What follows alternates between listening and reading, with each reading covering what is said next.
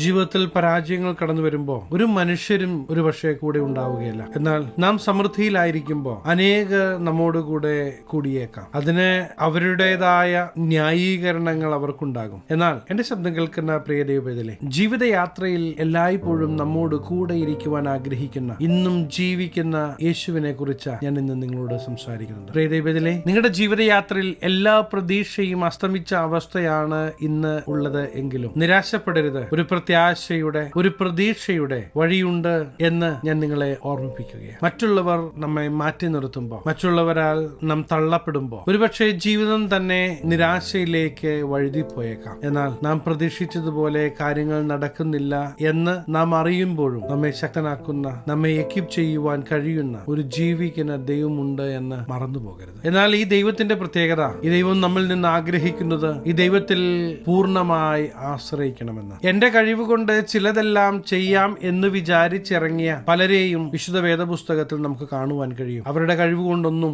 നടന്നില്ല എന്ന് മാത്രമല്ല, അത് നന്മയ്ക്ക് പകരം തിന്മയായി മാറിയതും പലയിടങ്ങളിലും നമുക്ക് കാണുവാൻ കഴിയും. ഇന്ന് നമ്മുടെ ജീവിതയാത്രയിൽ നാം മാറ്റി നിർത്തപ്പെടുമ്പോൾ അത് ജീവിതത്തിന്റെ അവസാനമല്ല എന്ന് നാം തിരിച്ചറിയേണ്ടത് ആവശ്യമാണ്. മാത്രമല്ല, നിങ്ങൾ ഇന്ന് കാത്തിരിക്കുന്ന ദൈവിക വാഗ്ദത്തങ്ങൾക്ക് വേണ്ടിയുള്ള കാത്തിരിപ്പ് ഒരു ശൂന്യതയല്ല, മറിച്ച് ദൈവത്തിന്റെ പണിശാലയിലാണ് നിങ്ങളെന്ന് തിരിച്ചറിയേണ്ടത് ആവശ്യമാണ്. പ്രിയ ദൈവത്തിലെ, നിങ്ങൾ യേശുവിൽ വിശ്വസിക്കുന്നെങ്കിൽ തീർച്ചയായും നിങ്ങളിലൂടെ ദേശം കാണത്തക്ക വിധത്തിൽ ദൈവത്തിന്റെ പ്രവൃത്തി വെളിപ്പെടുക തന്നെ ചെയ്യും. മോശയുടെ ജീവിതത്തിലെ ആദ്യത്തെ 40 വർഷക്കാലം അവനെ ഒരു ലോക നേതാവാക്കുവാൻ സജ്ജമാക്കുന്നതായിരുന്നു. ഫറവോന്റെ മകളുടെ മകനായി വളർത്തപ്പെട്ട മോശ, ഈജിപ്തിലെ സകല ജ്ഞാനവും അഭ്യാസവും അഭ്യസിച്ച മോശ, വാക്കിലും പ്രവൃത്തിയിലും സാമർഥ്യമുള്ളവനായിരുന്നു മോശ എന്ന് പ്രവൃത്തികൾ 7:22 കാണുവാൻ കഴിയും. എന്നാൽ ഈ യോഗ്യതയൊന്നും ദൈവവേലയ്ക്ക് മതിയായിരുന്നില്ല എന്ന് നമുക്ക് കാണുവാൻ കഴിയും. മോശ വിചാരിച്ചത് തന്റെ കരുത്തുകൊണ്ട്, അധികാരം കൊണ്ട് ഇസ്രായേലിനെ രക്ഷിക്കാമെന്ന്. ഒരു ഈജിപ്തുകാരനെ കൊന്ന് നീതി നടപ്പാക്കുവാൻ ശ്രമിച്ചത് ഇതിനൊരു ഉദാഹരണമാണ്. ഇവിടെ 2 കാര്യമാണ് നാം ശ്രദ്ധിക്കേണ്ടത്. ഒന്ന്, ദൈവിക സമയത്തിന് മുമ്പേ മോശ ഓടുവാൻ ശ്രമിക്കുകയാണ്. ദൈവം അബ്രഹാമിനോട് പറഞ്ഞ 400 വർഷം എന്ന അടിമത്ത കാലാവധി പൂർത്തിയാകുന്നതേ ഉണ്ടായിരുന്നുള്ളൂ. മോശ ദൈവത്തിന്റെ സമയത്തിന് മുൻപേ ഓടുവാൻ ശ്രമിച്ചു. അത് പരാജയമായി മാറുകയാണ്. രണ്ടാമത്, തന്റെ കഴിവിൽ അവൻ ആശ്രയിച്ചു. തനിക്കെല്ലാം അറിയാം, എന്റെ കഴിവ് കൊണ്ട് ഞാൻ ഈ ജനത്തെ രക്ഷിക്കുമെന്ന മനോഭാവത്തിൽ അവൻ പ്രവർത്തിക്കുവാൻ തുടങ്ങി. ഇത് രണ്ടും പരാജയത്തിൽ ചെന്ന് കലാശിക്കുന്നത് നമുക്ക് കാണുവാൻ കഴിയും. തന്റെ കഴിവ് കൊണ്ട് സ്വന്തം ജനത്തെ രക്ഷിക്കാമെന്ന് വിചാരിച്ച് പുറപ്പെട്ട മോശയെ അവർ തിരസ്കരിക്കുകയാണ്. നിന്നെ ഞങ്ങൾക്ക് അധികാരിയും ന്യായകർത്താവും ആക്കിയത് ആർ എന്ന ചോദ്യം അവർ ഉന്നയിക്കുന്നു. സ്വന്തം ജനത്തിനു വേണ്ടി ഇറങ്ങിത്തിരിക്കുമ്പോൾ സ്വന്തം ജനം അവനെ തള്ളിക്കളയുകയാണ്. ഫറവോൻ മോശയെ കൊല്ലുവാൻ വേണ്ടി അന്വേഷിച്ചിരിക്കുന്നു. ഒടുവിൽ 40 വർഷത്തെ നേട്ടങ്ങളെല്ലാം ഉപേക്ഷിച്ച് ജീവനും കൊണ്ട് മിതിയാൻ മരുഭൂമിയിലേക്ക് ഓടിപ്പോകേണ്ടി വന്ന മോശ. ഇവിടെ നിന്ന് നാം മനസ്സിലാക്കേണ്ടത്, നാം ഏറ്റവും മികച്ചത് എന്ന് കരുതുന്ന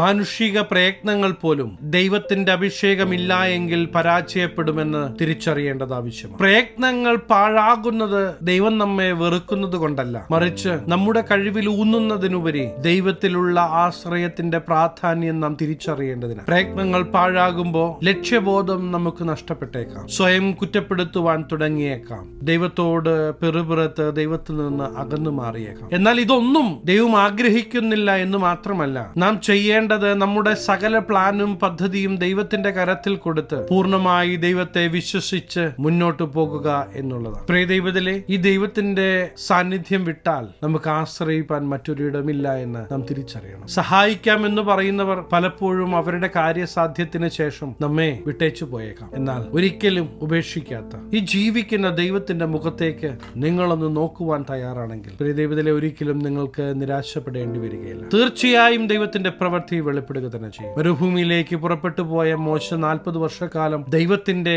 സർവകലാശാലയിൽ ദൈവത്തിൽ നിന്ന് പഠിക്കുന്ന സമയങ്ങളായിരുന്നു. ഈ സമയത്ത് കൊട്ടാരത്തിൽ അധികാരത്തിന്റെ ഭാഷ ഉപയോഗിച്ച മോശ ആടുകളുടെ കൂടെ ക്ഷമയുടെ പാഠങ്ങൾ പഠിച്ചു.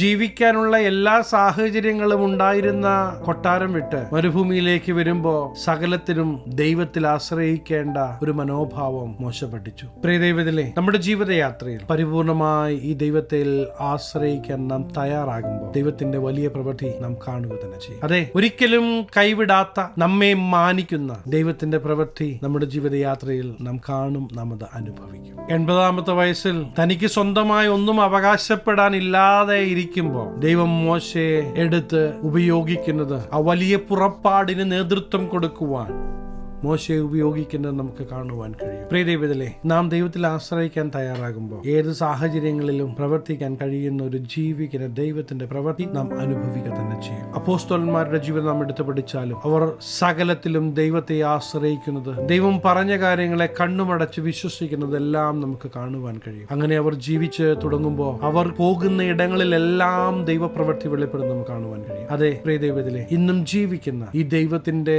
പ്രവൃത്തികൾ നിങ്ങളിലൂടെ വെളിപ്പെടുത്തുവാൻ ഈ ദൈവത്തിന് പദ്ധതിയുണ്ട്. ഏൽപ്പിച്ചു കൊടുക്കുവാൻ നിങ്ങൾ ആഗ്രഹിക്കുന്നെങ്കിൽ ഞാൻ നിങ്ങൾക്ക് വേണ്ടി പ്രാർത്ഥിക്കുവാൻ ആഗ്രഹിക്കുകയാണ്. എല്ലാവരും തള്ളിക്കളഞ്ഞാലും മാറ്റി നിർത്തിയാലും ഒരിക്കലും മാറ്റി നിർത്താത്ത ഈ ദൈവം ഇന്നും നിങ്ങളെ അവന്റെ അടുക്കിലേക്ക് വിളിക്കുകയാണ്. കണ്ണുകളെ അടയ്ക്കാം, നമുക്ക് ഒരുമിച്ച് പ്രാർത്ഥിക്കാം. മഹാപരിശുദ്ധനായ ഞങ്ങളുടെ സ്വർഗീയ പിതാവേ, എന്നോടൊപ്പം ചേർന്ന് പ്രാർത്ഥിക്കുന്ന ദൈവജനത്തെ ഞങ്ങളുടെ തൃക്കരങ്ങൾ തരികയാണ്. ജീവിതയാത്രയിൽ തിരസ്കരണങ്ങളുടെ നടുവിലും മാറ്റി നിർത്തലുകളുടെ നടുവിലും ജീവിക്കുന്ന ദൈവത്തിന്റെ പ്രവൃത്തി ഇവർ കാണട്ടെ. ഈ ദിവസങ്ങളിൽ തന്നെ അങ്ങയുടെ മാനപാത്രമാക്കി ഇവരെ മാറ്റുന്നതിനാൽ നന്ദി. ദേശത്ത് ദൈവത്താൽ അനുഗ്രഹിക്കപ്പെട്ട കുടുംബങ്ങളായ വ്യക്തിജീവിതങ്ങളായി ഇവർ മാറട്ടെ. ദൈവപ്രവൃത്തി ഇവരിലൂടെ ദേശം കാണട്ടെ. അനുഗ്രഹിച്ചു പ്രാർത്ഥിക്കുന്നു. അനുഗ്രഹമാണ്. സകലമാന മഹത്വം അങ്ങേക്ക്. സകലവും യേശു ക്രിസ്തുവിന്റെ നിസ്തുല്യ നാമത്തിൽ തന്നെ. ആമേൻ.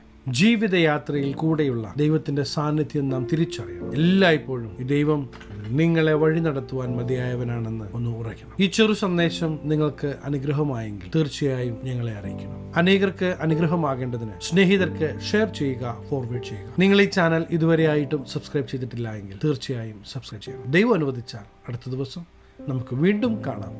Stay blessed.